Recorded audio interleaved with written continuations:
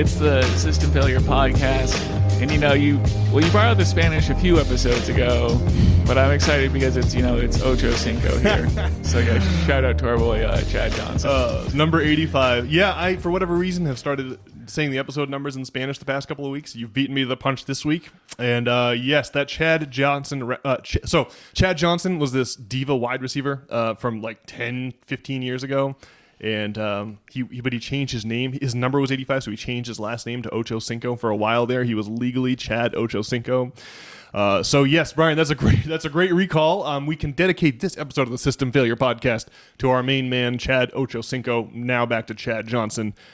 He did have one late in his career coming back from catastrophic injury tour with the Patriots, but I think he may... Did he catch any touchdowns? I'm not even sure if he made it out of training camp. He made it out of camp. I remember when Jeremy Hill came to the Patriots and played one game and he got destroyed. He was a running back. Yeah.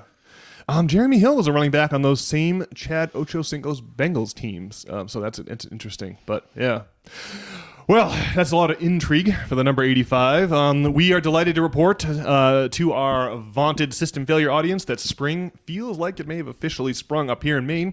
We're not at, it's not terribly sunny out, but the mercury is pushing 60 in the thermometer. And so that's very exciting for your two pasty podcast hosts who have been stuck inside all winter and who are saddled with a raging bout of cabin fever. Now, this is Easter weekend. We've got some family in town, Brian? Our mom's sister's son, so our cousin, and his fam have rolled into Portland to take in the lighthouses and eat some lobsters and possibly even drink a spot of Moxie, our questionable Maine soda, that comes in the orange can. But you had this Moxie, right, Brian? It tastes like if you took some root beer and added Listerine. I compare it to it's like less sweet Coca-Cola mixed with Jägermeister, or has that Jägermeister herbal flavor, a flavor which nauseates me after my Jaeger performance in my 20s. Ugh. I just hate that. That's just the worst stuff. But so Moxie does kind of remind me of that. And yeah. But it's like if you come to Maine and it's your first time ever in Maine or your second time, you got to do these cultural things. Have a couple of lobsters, eat at DeMillo's floating restaurant, do the tourist track, go on the duck tours. So that's what they're up to.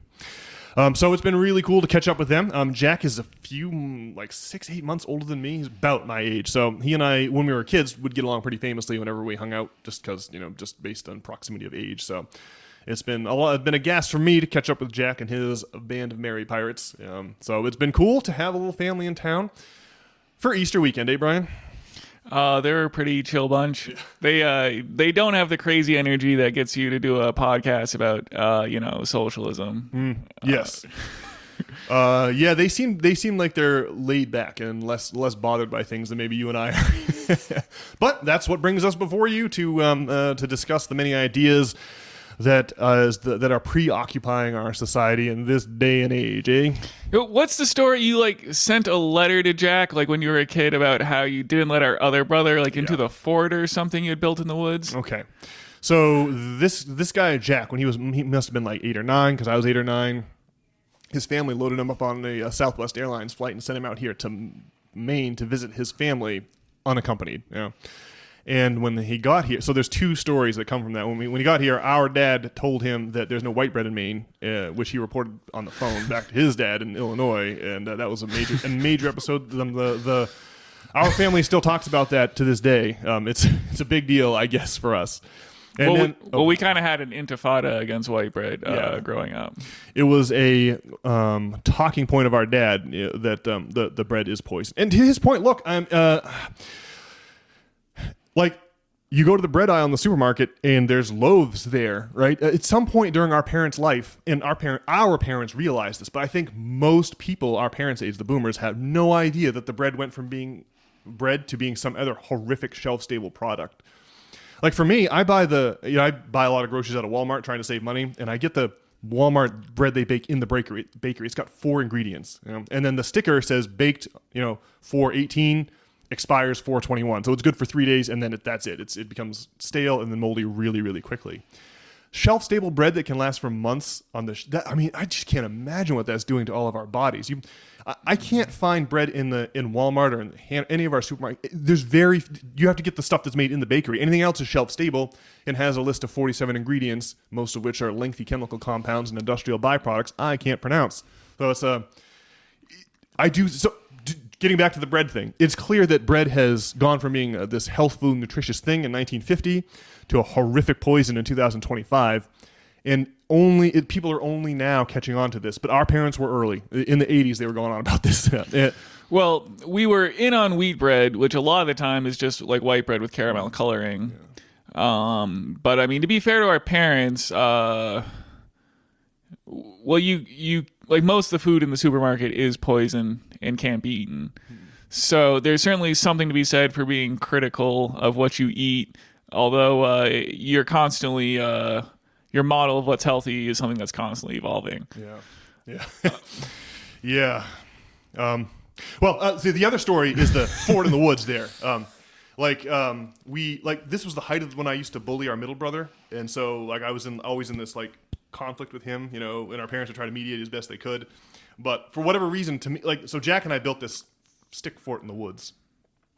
And then I wanted to keep it a secret from our middle brother because that's how I got one over on our middle brother, right? That was like the name of the game. And so when he found that fort in the woods, I sent an emergency letter to Jack out in East Moline, Illinois. And I got his mystified letter back 2.5 weeks later. I remember that. So we were like one-time pen pals. That was kind of fun. Our flag was a bumper sticker we got at one of these tourist trap restaurants. So anyhow, good memories from childhood, and it's fun to relive a little of those by hanging out with a grown man now with his kids. I think Jack has the oldest kids of anyone that I know in my peer group. Everyone else's kids are 3 and 4. So it's pretty cool. They can talk to you, and that's a really exciting age. Like if you had kids like that, like 6 or 7 to like 12 or 13 is going to be the golden era, man. After they turn 13, I have no more use for you. But Jack's lovely wife there was saying how she doesn't really like harass her students or her kids about their reports cards because she was like a C student but got a master's degree and has a reasonable paying job. And my mind, at that juncture in the conversation, my mind was destroyed. I could not believe this was an innovation that haven't even occurred to me, that you can just be laissez-faire with your kids' report cards because what the grades they're getting in middle school aren't going to matter anyway. So that was it. Yeah, that was. I would our parents were not that way. Our grades were a matter of much discussion. So I was like, wow. Imagine if your parents were like, let's not put a ton of pressure on ourselves. Let's not flog ourselves over our grades here. It's not like it really matters at the end of the day. Well, it is just they're a lot like us, but like also kind of on like just a different end of the spectrum, huh? They're like our brand because they're our family, but a slightly different version of that brand. And I have to admit, I was a little bit jealous of their brand last night when Amanda broke out that revelation. But all in all, really cool hanging out with those guys. I'm totally jazzed that they're here in town, and so I'm having a great Easter weekend. But we abandoned our family, carved out a few hours to make sure we got this podcast in the can for y'all. And on that front, Brian, it's been one hell of a week. Well, it has not been one hell of a week compared to last week. I noticed I've been watching the bond markets this week, and they ticked down from the yield on the 10-year T-note ticked down from the above 4.5 where it's in the red zone, and we're all worried about collapse in debt markets. So we're inching back from cataclysm, it seems. Inching back from the precipice. Now, this is only 2 weeks since the Donald made his crazy announcements involving tariffs. So there's a lot left to be seen, but it's looking like our prediction from 2 podcasts ago, Brian, where we are like, it does. Yes, the markets are flashing red, and the VIX, the VIX is the fear index. It measures net inflows and outflows. I think that's how they calculate it. It was above 50. It was in the 2008 and 2020 levels. So that was disconcerting 2 weeks ago. But it does seem like we're just going to level off here, and that we're just going to get used to a new normal where there's all this bizarre trade intrigue going on. So, yeah, it's felt like you said it best, Brian. It felt like we inched back from the precipice this week.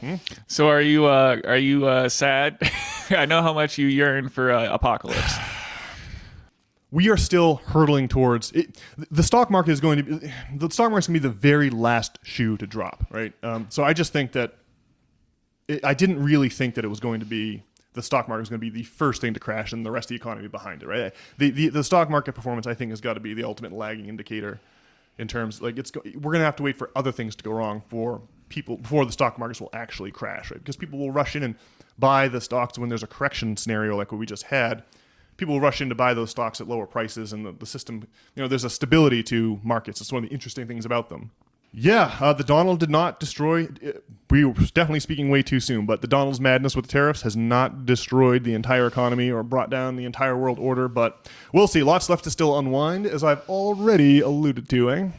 I guess there's a lot of like protests on the streets, and people upset that we now live under a fascist regime. But I guess things are largely carrying on much the same as we continue. The situation in Ukraine is not resolved. Donald Trump did not end the war in the Israel or Gaza on day one, and the economy continues to move forwards, and much is the same. I love seeing all the protests, though. I mean, there was a bunch of pictures of various protests around the country last weekend. It'd be awesome if there was more such protests this weekend. Did you see the Old North Church in Boston's North End had a... so today is August the 19th. Have I got my date right? Yeah, we're recording this podcast on April the 19th. April the 18th, yesterday, was the 250th anniversary of Paul Revere's night ride. You may recall the story, Brian. Like, the idea was that the rector of the Old North Church, the idea was that when they figured out, like... the Continental Militia had a cache of arms that they were building up outside the city in Concord, right? And the British were, as the situation was getting more and more serious in Boston, the British wanted to seize that arms cache to prevent a possible rebellion. And so when the British troops were going to move up the Charles River to seize these weapons, the idea was that the rector of the church would put one light in the bell tower of the Old North Church if the British army was coming, the redcoats were coming on land. If they were coming up the river, he would hang two lanterns. So the story was there was two lanterns, and the militia was warned of the coming of the Brits and were able to snipe at the Brits. The whole march out to Lexington Concord, they were sniping at them from the trees, and then finally they confronted the militia at Lexington Bridge, and that's the beginning of the Revolutionary War. Shortly thereafter, the militia was able to repel the redcoats there, but then the army of George III seized Boston and began the notorious siege of Boston. It was only lifted a few years later with the Battle of Breeds and Bunker Hill. But anyway, the point is, there was a big one. These light projections you can project onto a building? There was some the Donald message about about tyranny or something like that related to the Donald shining on the Old North Church. I was like, that is awesome. Well, I love the spirit of rebellion, even though we don't have a political movement that can prevent the destruction of the middle and working classes. We don't really have a unified counter protest narrative. Everyone's just kind of protesting. They're just kind of generally unhappy. But I still like to see that. I still love protests. I love when people practice that. Get out there and make the authorities understand that people are unhappy with them. I really think that's awesome. So I'm hopeful for more of that excitement this weekend if we could possibly have it. Yeah. Well, I definitely, there's a lot to not like about the Donald, and so I sympathize with people in that way. I mean, I guess my feeling is that I'm still happy that Donald Trump got elected instead of Kamala is my feeling at this time. And that, the neoliberal party is this continuation of the neoconservative party, which was obviously terrible. Neoliberal economics, right? Lower taxes on the wealthy, and the trickle-down effects will be felt by all, right? That is the philosophy. There is no... that when Margaret Thatcher would say there is no alternative, that's what she meant. There is no way forward but to lower taxes on the rich and hope for marginally more economic growth. And it's a disaster. What we really need is higher taxes on the wealthy, returning to the tax regime of the mid-century when there was a booming middle class in America. That is the only policy. The theory is really simple. Thomas Piketty was on this 10 years ago, whenever he wrote his famous book. Right, the problem we're having in these Western democracies is that economic growth has slowed to a crawl, 2% and 3%. But meanwhile, the portfolios of the wealthy are growing at 8 to 12% every year. And if the pie is growing by 3%, but the share of the wealthy is growing by 8 to 12%, well, then that's a recipe for slowly removing the middle class from existence, systematically removing the middle class from existence. And the only way to reverse the flow is to change the tax regime. And I think that that is the message that the only message that will solve this problem. And the Democrats specifically want to keep getting elected without offering that any kind of relief. They don't want to actually advocate for the economic interests of the middle and working classes. And so to me, it's really important that the Democrats never win they never be rewarded for campaigning on some other issue other than economic justice for the middle and lower classes. So there's business about like identifying fascists. I think is not murky water that I'm excited to trudge through. Yeah. But I guess we're going to talk about Daryl Cooper some more. Well, for the second half of the pod, we shall be hearing from Mr. Cooper on a recent Duncan Trussell podcast. But furthermore, Mr. Cooper's name has been on everyone's lips because of that Douglas Murray, Dave Smith debate, during the course of which Daryl Smith's name came up a lot. Daryl Cooper. Yep, that's what I meant to say. Daryl Cooper. Dave Smith is the other guy. Daryl Cooper and Dave Smith. Yeah. And so some people have come away from that debate, I guess, like reassured in their opinion that Daryl Cooper is a Nazi apologist.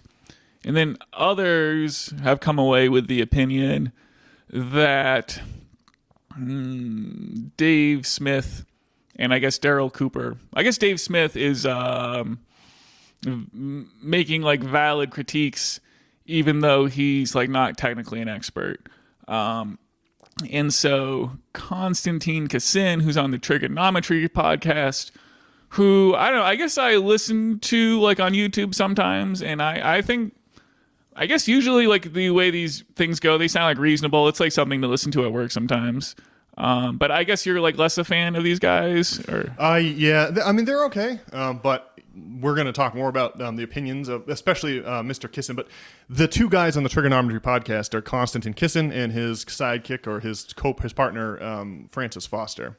And they're okay, but you're about to read some quotes of an article written by Mr. Konstantin Kissin, and these are just the sort of takes that make me makes me skip their podcast. So yeah, it makes me go like, what are you trying to accomplish here? But anyway, I'll have strong opinions on the article you're about to read, Brian. Maybe you should go ahead and read the quotes so our audience will have the reference frame that we're talking about here.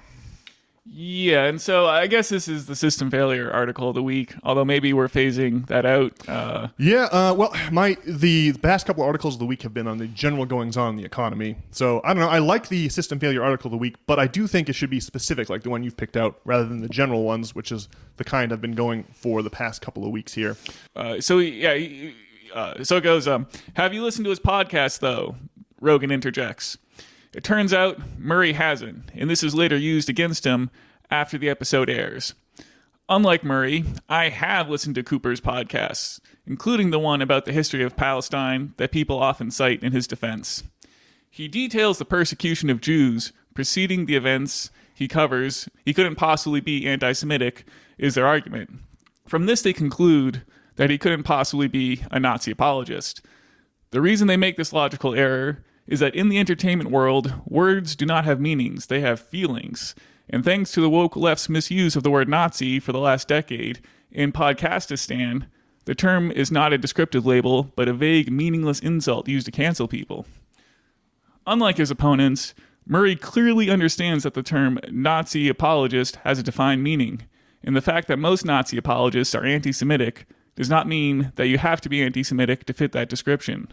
The Grok definition of a Nazi apologist is someone who defends, justifies, or minimizes the actions, ideology, or atrocities committed by the Nazi regime, often by excusing Nazi policies or promoting revisionist narratives that distort historical facts. Since Cooper does precisely this in several appearances on major podcasts, how his series on Palestine would change this reality is clearly as confusing to Murray, who hasn't listened to it, as it is to me, who has.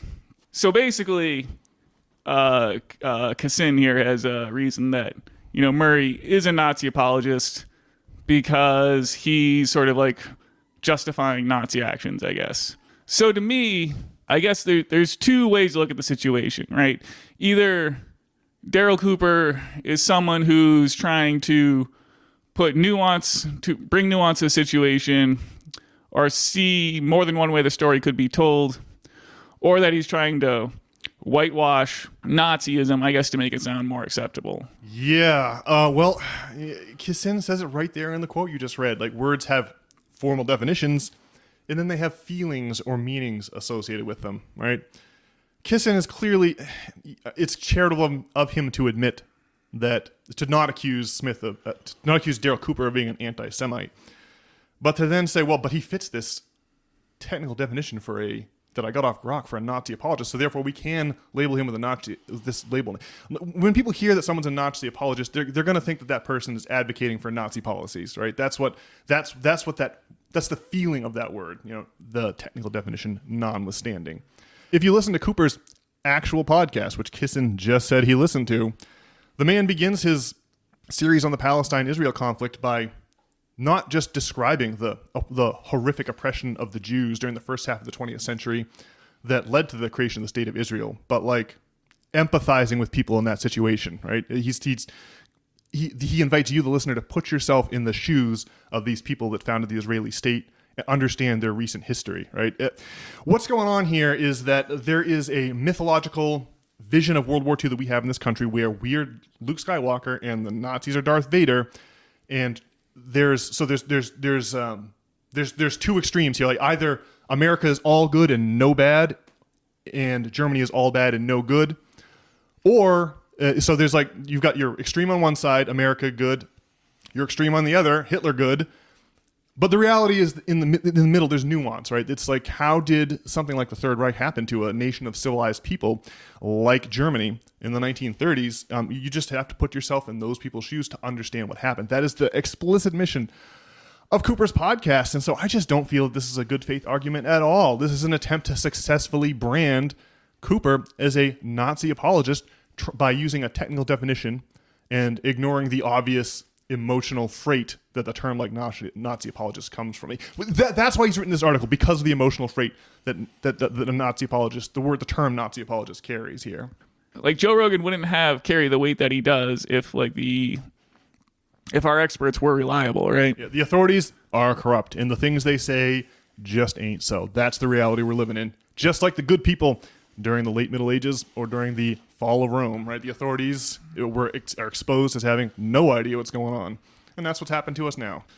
In my mind, right, if the goal here is to avoid a redux of Germany in the 1930s, the way to avoid a redux of Germany in the 1930s is not profound ignorance about what happened to the German people in right? You don't want to have a bunch of bizarre, whitewashed ideas about what happened. What you want is a realistic portrait of what went on there. That's how you avoid a redux of Germany in the 30s. And then my second point here is, could you just read back Mr. Kissin's definition of Nazi apologist again? Someone who defends, justifies, or minimizes the actions, ideology, or atrocities committed by the Nazi regime. Defends, minimizes, what was the third one? Justifies. I don't remember Cooper doing any of those three things in his podcast, so this would be a good place, Constant, in your article to include a quote, an actual engagement with the material, which is something that the opponents of Daryl Cooper and Dave Smith, the parsimony of actual engagement with what they actually said, right? That's what looks like a red flag in this article to me. That's what makes me believe that this article is not written in good faith, but instead is written to carry water for some cause or something. Like what kind of a parties is Konstantin Kissin going to, in his free time? Makes me wonder these things, Like Douglas Murray's shameful performance on the JRE last week made me wonder what kind of parties this man's doing in his free time also. Like, why would you be on here making these strident points and refusing to actually engage with any statements or claims or anything actually coming out of the mouths of guys like Smith or Cooper? So I don't know. I find this whole article very, very troubling for that reason. Well, I guess I want to be intellectually honest in acknowledging that there is a critique of Daryl Cooper that he may be a Nazi apologist, although I don't agree with it. I guess it seems important to consider. I don't know. I don't want to whitewash anyone. And I guess I think it's important to see like both sides of any given issue. Like if you can't see both sides of an issue, like how can you make a rational conclusion about any conundrum, right? That's like the theme of Daryl Cooper's Martyr Made podcast. He's there. That is the whole point. You know? The idea is to put yourselves in the shoes of the people that went through these, magnitudinous events. That seems like an even-handed approach to me. Not trying to fix labels to people without ever bringing up anything, ever actually engaging with an argument of theirs. I really like if this article had a bunch of quotes, well then now I would feel like we were in much better territory, but this just feels like a hatchet job to me. That's just my opinion. Ultimately, I think people should try to see both sides of the issue. We're going to hear from Daryl Cooper in a bit, and you can decide, on your own whether or not you think he seems like he has evil in his heart or not. Well, we've got Cooper clipped up talking about Christianity for the second half, but man, I definitely feel like a sense of annoyance about about labeling people who are critical of Israeli foreign policies or of the banking system and the shadowy banking houses that dominate it and international politics. I just hate that anti-Semitism is a thought-terminating response to any sort of nuance or any trying to talk about those bad foreign policy, bad banking system. I just hate that anti-Semitism has become the perennial answer without actually engaging with what people are talking about. You just labels. You're talking about the forbidden topics, therefore you're an anti-Semite.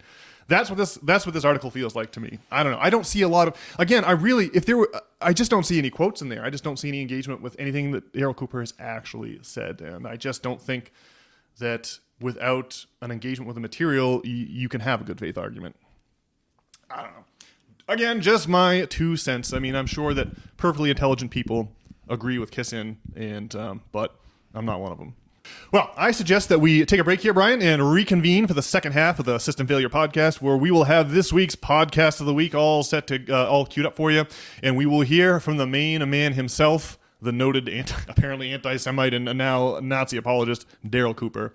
We'll be right back in a couple of few. All right.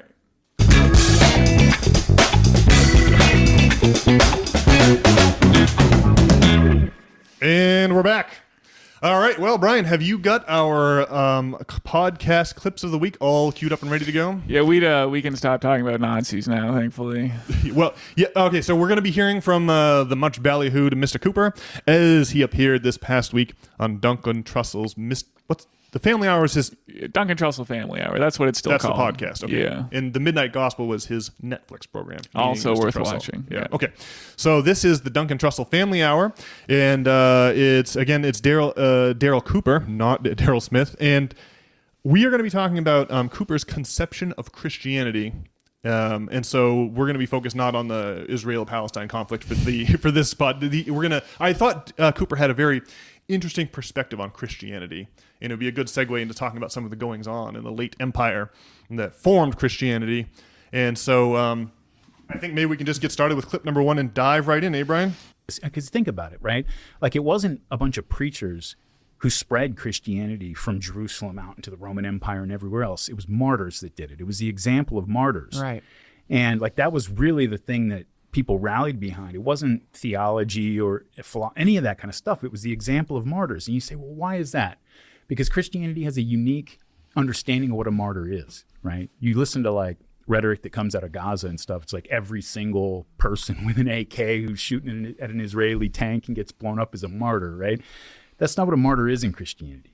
You're not dying for a cause and becoming a martyr in Christianity. What you're doing is, you if you go back to the crucifixion, which is obviously the central story in the Christian myth, the most interesting thing about that story to me is how you had these 12 guys, and not only those 12 guys, but all the crowds that were following him and everything else, the same people who were waving the palm fronds a week before when he entered the city were the same people saying, crucify him, and you say, well, like, what happened there? And then you have the example of Peter, right, who denies Christ three times before the cock crows. And you say, well, is this a story to tell us that, Peter was just weak? Peter had this flaw or something like that in his faith? And it's like actually the opposite. They spent the entire rest of the book explaining to you that, no, Peter's the rock. Peter's the dude who doesn't flinch. He's the dude who's willing to pull his sword and defend Jesus when the temple guards come to arrest him. It's not a lack of physical courage.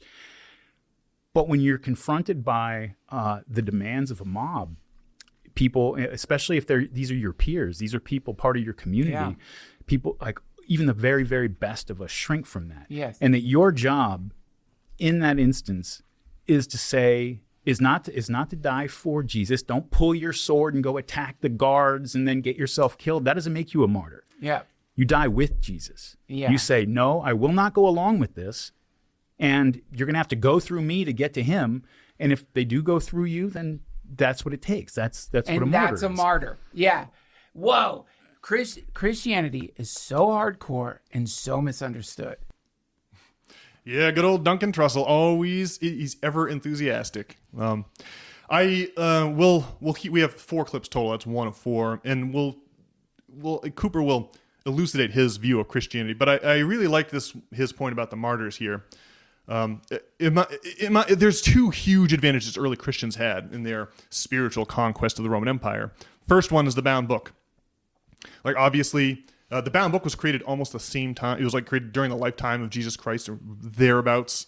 It used to be that all printed word was written on papyrus scrolls, right? You'd have to roll through the whole scroll to get to a certain section, right? Taking that scroll and chopping it up into pages and then putting a table of contents at the beginning is kind of like time travel, right? You can just go to any section of the book that you want and reference a specific passage without having to go through the entire scroll, right? It's like if you, rather than living your life from birth to death, if you could just jump to any point in your life versus having to go from the beginning all the way to the end every time. Well, it's a huge advantage. It allows you to spread knowledge quickly. And Cooper's point here is that not only did they have the bound book, or the codex, as it was called in those days, but they also had a little thing called martyrs. That is, people who were willing to die for the Christian message, right? They would... The Christians were enthusiastic about being martyred in the Colosseum, because it was part of the culture of their intellectual movement, their spiritual movement, and it just shows how the crucifixion was the ultimate demonstration of the limits of state power, right? If you no longer identify with your body, like this goes to ego death, which is at the and we'll get into ego death the more Cooper talks, but like ego death, if you are so sure that you are not your body, if you're positive you're not your body, like Jesus was so positive he wasn't his body, he was willing to allow it to be destroyed in a gruesome public demonstration, right? So the state, the only way, they can't get at your mind, they can only get at your body. They can throw your body in jail or torture it or even kill it in the case of Jesus. But if that doesn't affect you, if that has no effect, well, then the state is utterly powerless. And within a few short centuries, Christianity went from being a persecuted minority to the state religion of the Roman Empire, which is an impressive track record. It was like the greatest, the greatest authority that had ever existed in history up to that point, totally infiltrated and taken over by this ideology, this Christian ideology that spreads via martyrdom. Absolutely brilliant. As we carry on here, the Christianity, Cooper misses this entirely, but Christianity really is it's an economic revolt. The entire history of the Roman Republic and then the empire is a history of one economic revolt after another, because the elites in Roman society utterly soaked the rich. The rich utterly soaked the poor. And so after the Romans won the Second Punic War in like the last 200 BC is about when the Second Punic War came to an end. And after that, the influx of slaves and booty and land was like far from evenly distributed. It was all taken by the upper crust of society, and everyone else who'd actually done the fighting was locked out of the spoils of war. And as a result of that, the Roman society was always simmering, with a revolt right under the surface, right? You've got servile wars, and you've got the Gracchus brothers and the secessions of the plebes. And all this culminated in a all-night Yeah, I call it. I got this from Brian Maurescu. Drugs, women, and rock and roll. Right. This is what the Dionysian cult was 2 centuries before the birth of Christ. They were up all night. It was run by women. The ringleader was this Campanian witch called Paculia Unia. And according to Livy, she was the person that ran this cult and started admitting the Roman young men to it. It was primarily a cult for women until this woman started initiating the youth of Rome into it, and that made this all night. There was a lot of musical instruments involved in the Dionysian frenzy, also ego dissolving drugs, and so these all night raves, which were drugs, sex, and rock and roll, the things that were also a part of the American counterculture during the Vietnam War era, were a huge part of a counterculture against the establishment in the 2nd century BC. So now keep in mind, we're 2 centuries before Jesus' birth. Well, the Roman Senate decided to violently crack down on the Dionysian cult. They issued an edict, which you can find the actual tablet of in the Museum of History in Vienna. You can go look at the actual order the Senate published, where they put 7,000 cultists to death, and brought the cult of drugs, sex, and rock and roll under state control. So now, rather than annihilating the cult of Bacchus or Dionysus, they took it over and made it so that it would not be a threat to the political establishment. And then so that happened during the Roman Republican period. Right, during the Punic Wars, Rome had no emperor; it was ruled by the Senate. But as I mentioned, Roman society was a tinderbox it was this massive class struggle. And as a result of that, the Roman Republic lapsed into civil war, and the only way the civil war could be resolved was by installing emperors, like strong men who had supreme political authority. It was only with that supreme political authority could they hope to stop the fighting. And so the popular revolt of the Republican period, which took the form of the Dionysian cult, was the early Christians revived many of the symbols of the Dionysian cult. Like turning water into wine is a great one, right? That story comes from the wine god Dionysus.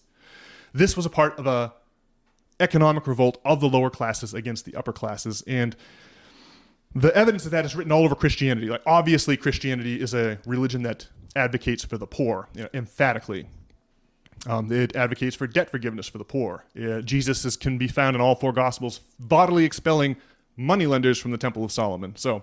What the flavor I want to inject over Cooper's analysis here is just realize this is an economic revolt we're talking about. Cooper doesn't seem to realize that, but I still think his view on Christianity is very refreshing.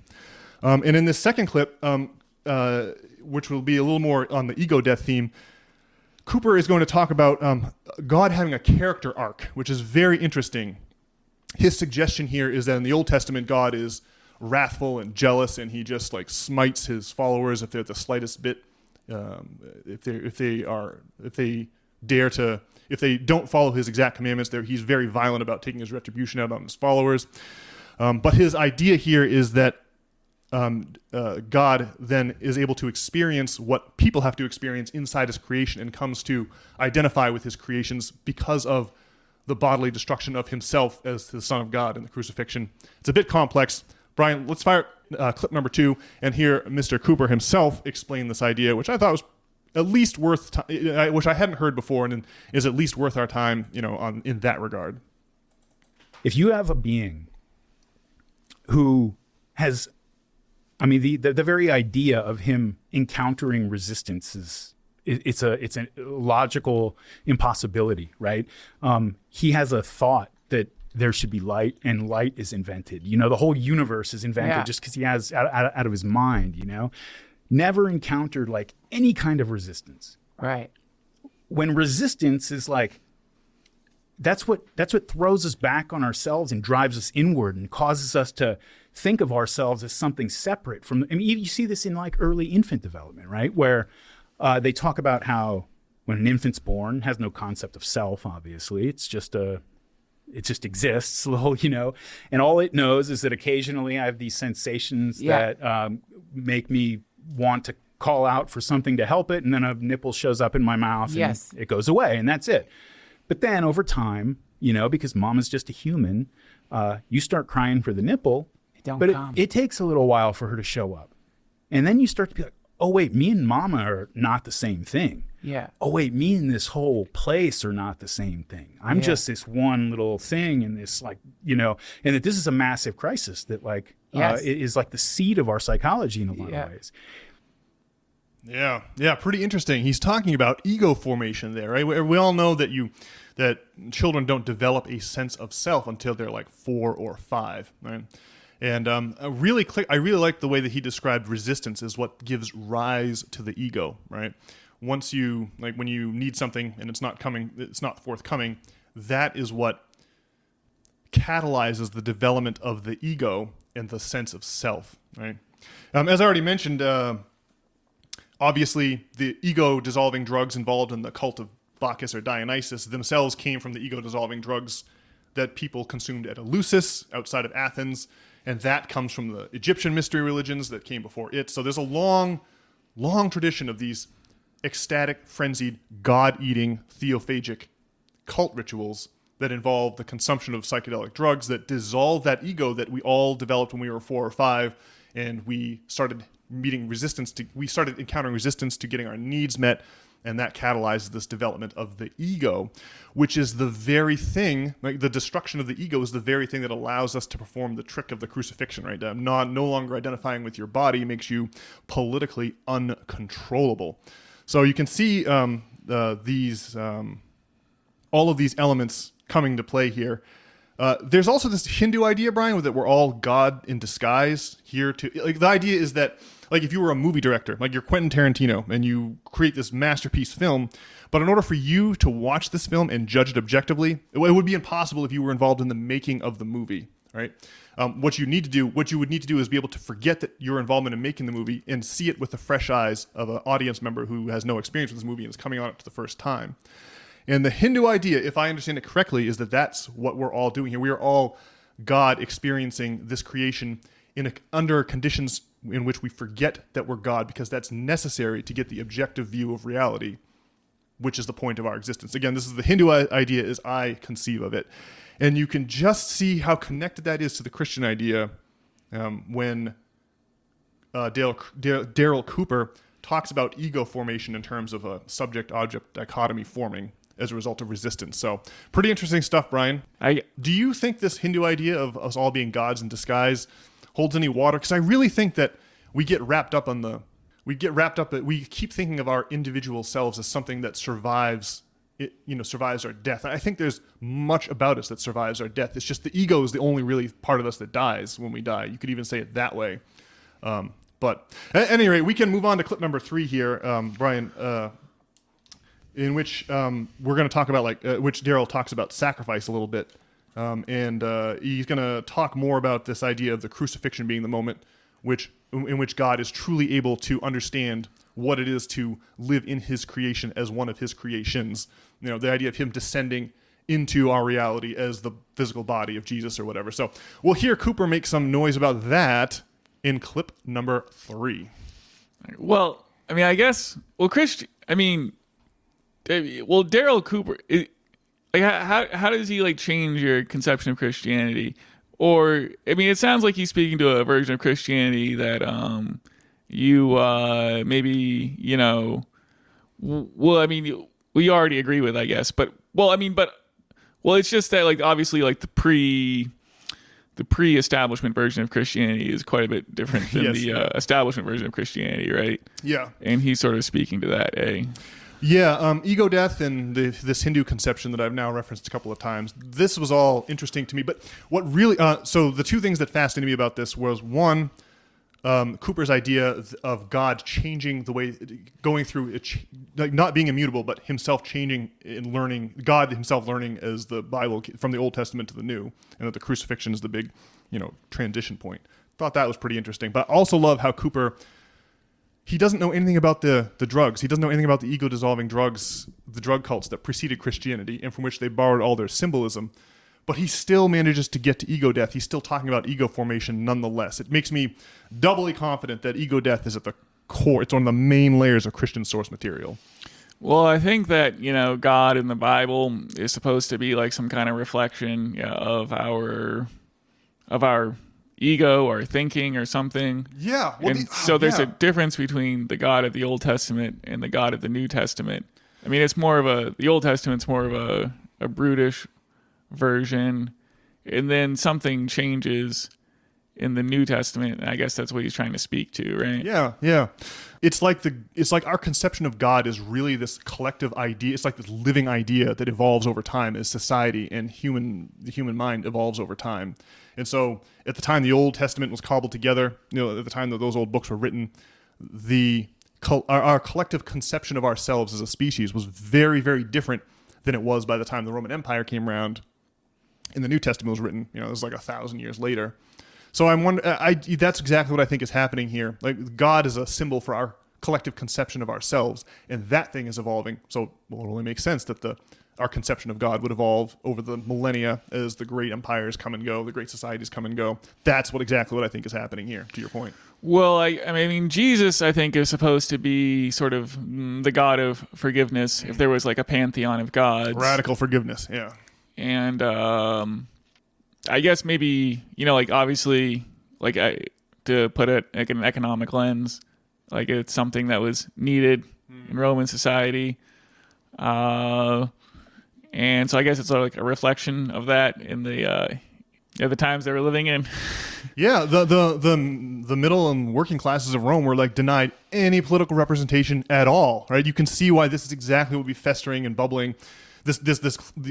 Most people had just no political power, no way to be heard, and whenever they tried to get like an office like the tribune of the plebs, the elites would just subvert that office and straight up assassinate the tribune of the plebs if they ever started trying to mess with the distribution of wealth as it existed in Rome. These recurring themes of like ego and sacrifice and the advancement of the economically disadvantaged and the rejection of a cruel economic hierarchy. You can definitely see where all this would have been bubbling up, and the neglected and overlooked masses who made up most of the Roman Empire back in the day, huh? Yes. Yeah, very interesting stuff. All right, well, here in clip number 3, our friend Daryl Cooper is going to he's going to elucidate the idea of sacrifice a little more, and he's also going to flesh out his idea of God completing his character arc in the transition from Old Testament to New, which I just thought was very interesting, as already mentioned. Whenever you're ready, Brian, clip number 3, if you please. I understand the historical development of the idea, but how so many people came to accept a version of the crucifixion story that is essentially just an enlarged version of just pagan sacrifice stories, where you have an angry God and he needs to be appeased by sacrifice blood. And yeah, you can keep doing it like with animals and stuff, but you got to do it again and again. But this is the Son of God and he's perfect. And so that's a perfect sacrifice, and it finally appeases him. Yes. And you think of that and you're like, well, I mean, if God doesn't want to punish us, like, why does he have to go through all this elaborate send his son to die, and all those kind of things? And this is another heresy for me, but heresy too. Yeah, I think that, like people think of the crucifixion as the means by which man was reconciled to God. I think it was the means by which God was reconciled to man. Wow. It was him saying, like, look, I kind of get it now. I kind of get what you've been going through this entire time that I didn't get before, because how could I? But I kind of get it now. And I can't change the way the world works. It has to work this way. What I can do is I can come down there and experience it with you. Yeah. I can come down there. I can send my son, however you want to think about the Trinity or whatever. But I can come down there, send my son down there, and I can suffer and be humiliated and spit on and tortured and killed with the rest of you. Yeah. And that by doing that, I mean, the very significance of because people will say like, well, yeah, but he was God. Jesus was God. He knew he was going to, after this was all over, he was going to end up in heaven or whatever. It's like, no. They kind of go out of their way to let us know when he says, Father, Father, why have you forsaken me? That he kind of wasn't so sure about that. At the very, very end, he had reached a point where he felt abandoned by God. Okay, yeah. So Daryl there is referencing the agony in the Garden of Gethsemane, right? The famous biblical episode in which Jesus, on the eve of his execution, is alone in this Garden of Gethsemane going, do I really have to go through with this? This is disconcerting, to say the least, being horribly killed by the Roman state in public. It's a great story, very humanizing. it speaks to the importance of forgetting that you're God, right? If you're God visiting this material realm, you aren't going to have the agony in the Garden of Gethsemane if you remember that you're God, right? If you remember that you're actually God, it's not going to have the same weight. It is critical that, in this instance, the figure of Christ forgets that he is God so that he can properly undergo the torture. It goes to show how critical the forgetting is to this idea of all of us being God in disguise. And I would even go a step further and suggest that you can only have an ego under conditions of having forgotten that you're actually God, right? The forgetting and the ego are two sides of the exact same coin. That's the point I want to make with respect to that clip. Well, I don't. Do you get some kind of catharsis from thinking that, I don't know, God sent his son down here to be, humiliated and tortured and killed? Not so much in those terms. Although I can see why that would be a very useful symbol. Like the idea of ego is very difficult to explain because people are. It's like an actor wearing a costume and forgetting that they're wearing this costume. It's a tough and slippery concept to explain. Like the idea that we're all could be God in disguise or something, or that the ego is an illusion. So it's useful to have these sorts of symbols to get the idea across. But I take great comfort and great solace, to your point, Brian, in the idea that me, Nathan Knopp, this whole project of walking around the streets of Portland pretending like I'm Nathan Knopp, it was a ridiculous enterprise from the start, and it should be giving a minimal level of seriousness when and where possible. So I do think that taking oneself or one's ego far less seriously is it's the most useful takeaway from the ceremonial ego deaths that were available to early Christians, were available to Bacchic or Dionysian cultists, and they were available to the initiates at Eleusis, and you can still get them from your local friendly, neighborhood drug dealer in the form of magic mushrooms today. It's a helpful prosthesis for grokking, for seeing the fact that your ego is not but an illusion. Well, I mean, I guess I'm skeptical that, Jesus was like a specific person and it's more of like, an archetypal story. Yeah. Well, that applies to like probably a bunch of historical figures, and I don't know, like Socrates, although that might be an apocryphal story as well, but it's like an awfully similar story. Yeah. And I don't know. Well, it sounds like Don Contrussell and Daryl Cooper like draw power from this story. I don't know if like hearing the story like does that for me, although I can see how it would be helpful to imagine your ego is this sort of disguise. Yeah, it's literally a costume, and is one that you don't develop, as we mentioned earlier, till you're 4 or 5. It is totally possible to, and again, the ego is how we organize and filter reality. Right, when your ego is gone, reality it looks more like this interconnected field rather than this world of discrete objects that you inhabit. Very interesting stuff. And there's also an economic connection here, right? Like the idea of like an economy that works on an egoic basis where people are trying to hoard as much wealth as possible to glorify their egos, right? What Socrates called pleonexia, but it was really Plato writing a Socrates called pleonexia. Right? This the horrible wealth addiction that consumes people's entire minds, and the very Greek tragedy, the Greek tragic element that, unlike a greed for wine or a greed for food or a lust for the opposite sex, no amount of indulging your addiction will slake your lust, will slake your desire, even for an instant. Right? The more wealth you get, the more you want. Right? But if food is your addiction, you can only get so full, then you have to wait, and you can't eat anymore. There are natural limits built into other kinds of addiction. Wealth addiction is the one where you can just keep going infinitely, and where you just, no matter how much wealth you pile up, it just makes you thirsty for more. That's why Plato identified pleonexia as the key problem to be overcome in his Republic, and is why that whole book is all about theory of governance. How do we avoid having pleonexia destroy our entire society? Right? The Romans had no conception of that. They were just like, we're going to pile up wealth as high as we possibly can, and that will turn out to be just like the waxen wings of Icarus as we fly too close to the sun. The Roman Empire and its economic hierarchy collapses, and from the embers of that we get the Middle Ages. But interesting that there's a connection here between like ego-driven finance, economics-driven.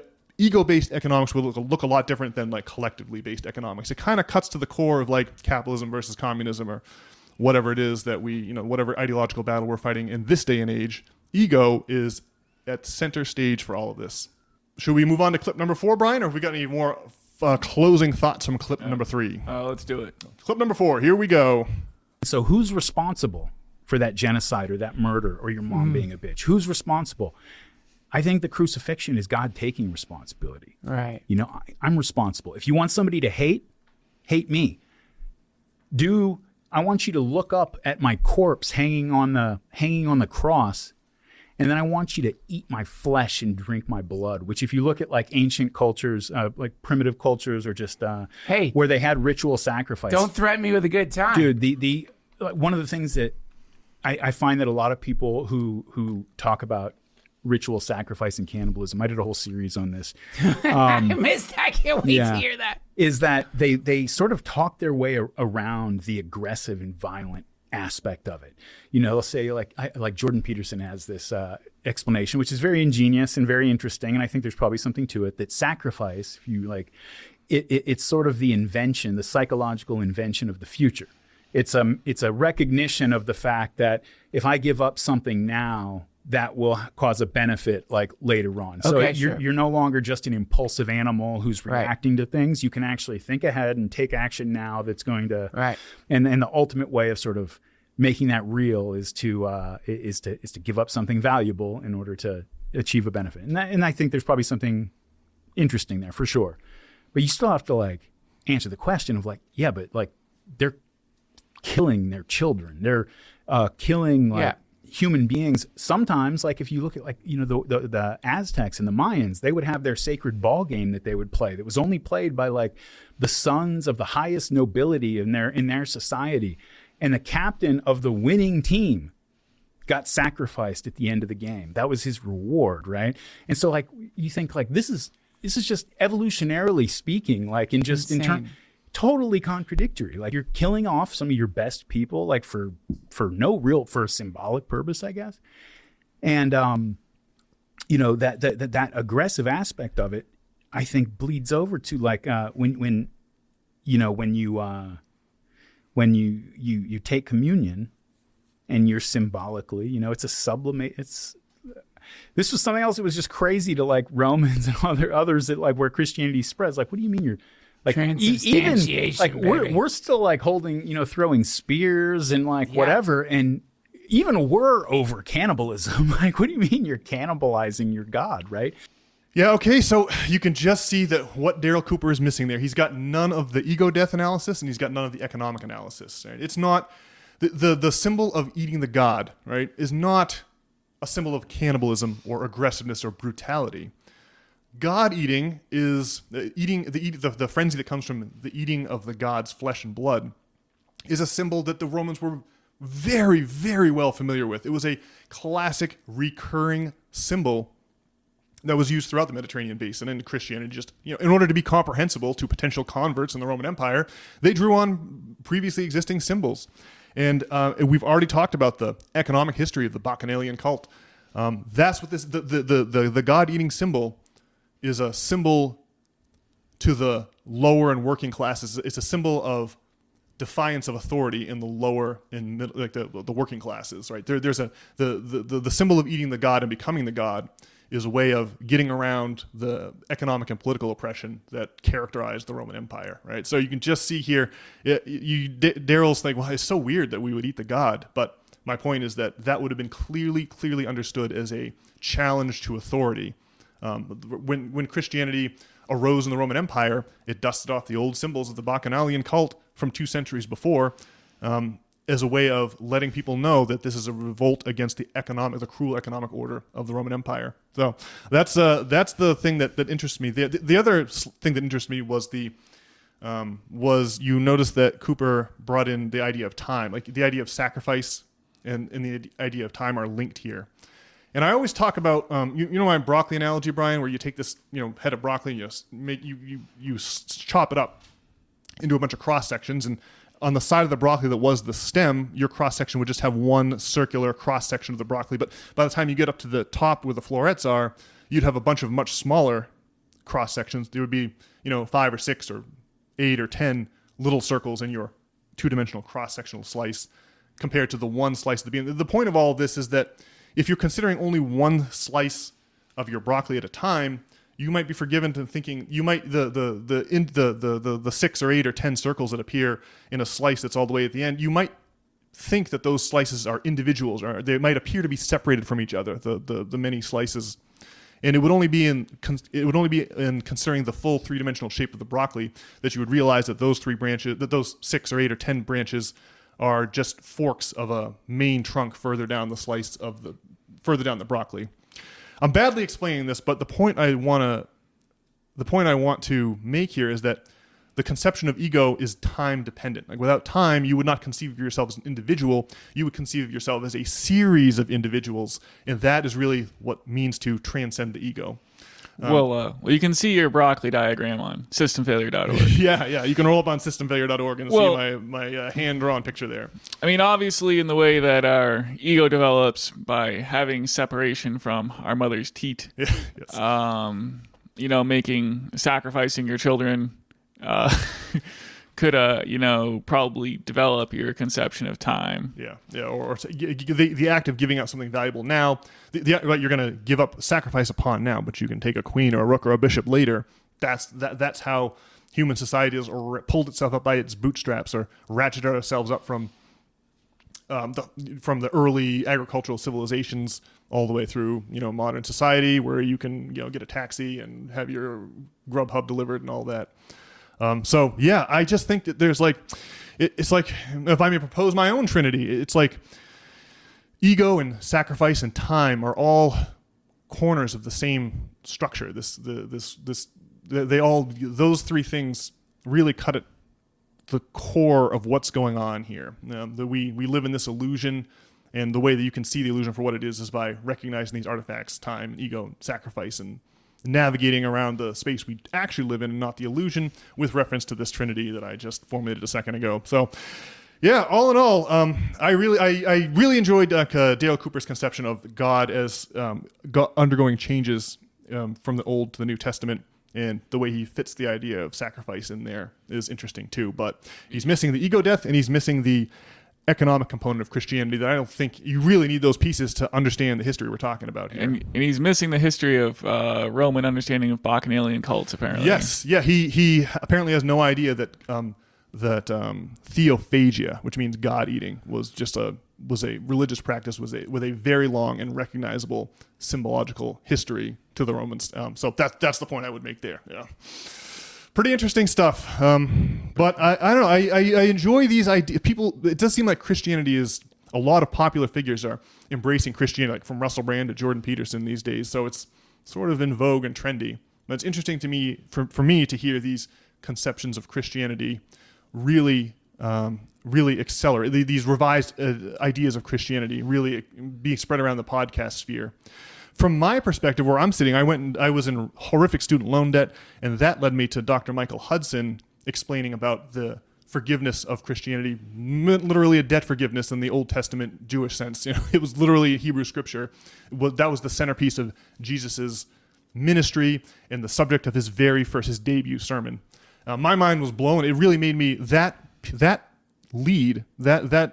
realizing that Christianity was about actual debt, actual debits and credits, was a huge revelation for me. And it made me look at Christianity in a whole new way in 2015, 16, I think is when And Forgive Them Their Debts, the immortal book by Dr. Hudson, came out. So it's interesting for me that really Christianity, I had ignored it, and really I hadn't focused on it much up until I started cracking some books by Dr. Hudson. And that really dramatically opened my eyes to some of the different layers of Christian source material that it seems like Dale Cooper has not considered. So, yeah, a very interesting podcast. I highly recommend this one. So after I'll needle your historical knowledge here, but so after the rise of Christianity in Rome, I mean, did they start forgiving debts? Did that ever happen? No. There were some outside of Christianity. There were some half-hearted attempts to forgive debts or to fix the economic turmoil that was just tearing Roman society apart. An example might be the Emperor Hadrian publicly burning the tax records to try to deal with some of the debt problem that was, like I say, roiling Roman society. So there was never there's two roads. We have two. The Romans faced a fork in the road, and it's the very same one the American Empire is facing today. And the choice is between mass forgiveness or mass foreclosure. Right? The nature of debt is that sometimes debts can't be paid. That's inevitable. You're going to have bad debts no matter what you do. The question is, what do you do when bad debts arise? And if you systematically award all of the collateralized property to creditors, well, then you will blow out wealth inequality, and you'll have endless political unrest. Right? Only with and this was the innovation of the early kings of the agricultural revolution. They understood that without periodic debt forgivenesses, their society was forfeit. And the Jews, when they were during the Babylonian captivity, learned this from the Babylonians. And then when they returned to Jerusalem, they formalized the Hebrew Bible, and it's all in the book of Nehemiah in the Old Testament. And Nehemiah was like the cupbearer to the king of Persia, who conquered the Neo-Babylonians, who had conquered the Jews, and sent the Jews back to Jerusalem. They reconsecrated the temple. They put together the Jewish Bible, and that's what Jesus is holding up, the scroll of Isaiah, during his debut sermon, saying, yeah, we're owed a debt forgiveness here, and if we don't get a debt forgiveness, you're going to have an apocalypse instead. It's interesting the way that the language is perfectly comprehensible from an economic standpoint. So, no, they didn't forgive debts. What happened instead was a man from North Africa by the name of St. Augustine changed the conception of the forgiveness to mean not forgiveness of the debts of the poor, but forgiveness of God for the sexual crimes of the poor, for which they would have to pay the church, right? So St. Augustine basically reversed the flow of money from flowing from the rich to the poor and restored it so that the idea of forgiveness of sin was about paying the church. Later this would be formalized into the sale of indulgences, and the church would make tons of money charging people for sin remission. But St. Augustine's innovation was to change the conception of forgiveness within Christianity from one of forgiving debts to one of forgiving people from going on the Pornhub too much. It's a wild shift, and it really changes the flavor of Christianity entirely. And more to the point, the Christian church also removed the psychoactive chemicals from the Eucharist, from the bread, the blood and flesh of Christ, or the Holy Communion.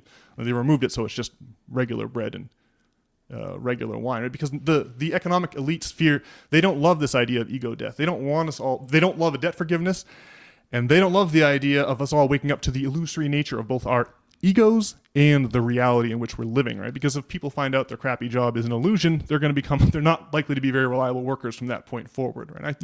I think our own scientists have discovered that this reality is an illusion, as Plato suggested. I think they figured out there's like the double slit experiment, there's the placebo effect, there's retrocausality, as mentioned by our man Mitch Horowitz. Apparently, if you keep studying for a test after you've taken the test, you will perform statistically better than someone who doesn't, and it's undeniable from a statistics perspective, right? All of these things, I think science may have already discovered that reality is an illusion. They can't very well hold that press conference, though, right?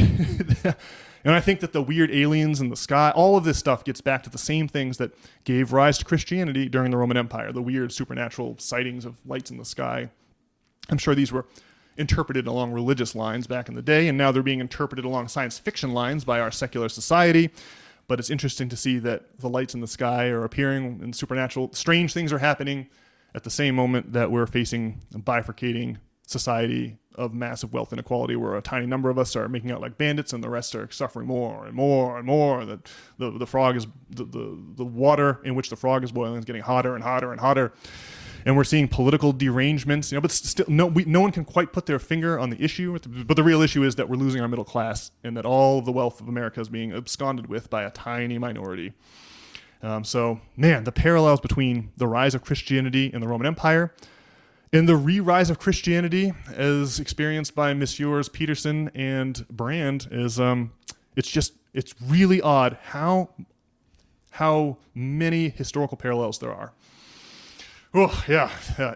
I think this is incredibly exciting. I mean, it's just really wild to crack some books on Roman history and realize that they're faced with so many of the same exact obstacles we're going. There's like, what do they say? Time is a flat circle, and history repeats itself. It's fascinating. What a hell of a time to be alive, eh, Brian? Yes. Yeah. All right. Well, I guess that's enough blathering on for this week. But if you all are thirsty for more of this exciting content, you can head on over, point your browsers to systemfailure.org. There, you can enter your email address, and you can receive my weekly newsletters on these very topics straight into your email inbox, and that will forego any possibility you might miss one. And if you want to get in contact with Brian or me, you can accomplish that feat over at systemfailure.org as well. And with that, we'll call it a wrap, but we'll see you all back here for another exciting edition of System Failure next week. All right, see you folks.